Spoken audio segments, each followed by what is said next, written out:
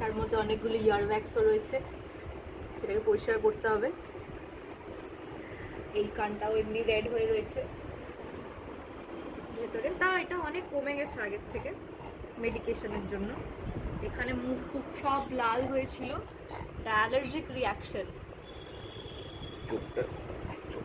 চোখের মধ্যেও লাল ভাব ছিল, এগুলো সব অ্যালার্জি।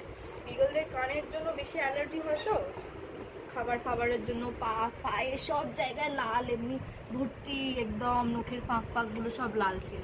এখন অনেক কমে গেছে আগের থেকে ওষুধ পড়াতে।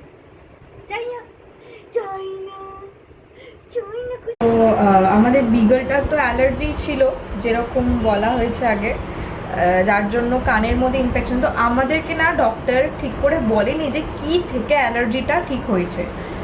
যতদূর সম্ভব এইটুকুনি প্রিজাম্পশন যে খাবার থেকে হচ্ছে, মোস্ট প্রবাবলি ওর গ্লুটেনে অ্যালার্জি রয়েছে, তার জন্য ওকে একটা সাপ্লিমেন্ট টাইপের দেওয়া হয়েছে, সেটা খাওয়ানো হচ্ছে। আর এই ওষুধগুলো ওর চলছে, একটা তো অ্যালার্জির মেডিকেশন, আর বাদবাকি দুটো গাট হেলথ ভালো রাখার জন্য, আর একটা দিয়েছে হচ্ছে যখন কোনো পেট খারাপ হবে খাবার দাবার থেকে, সেটার জন্য ওষুধ দিয়েছে। এই ওমেগা 3 যেটা দিয়েছে এটা গাট হেলথের ভালো রাখার জন্য। অ্যান্ড আমাদেরকে এটাও বলা হয়েছে যে ওর খাবারের সঙ্গে একটুখানি ইদার কোকোনাট অয়েল আর সেসেমে অয়েল মিক্স করে দিতে, যাতে ওর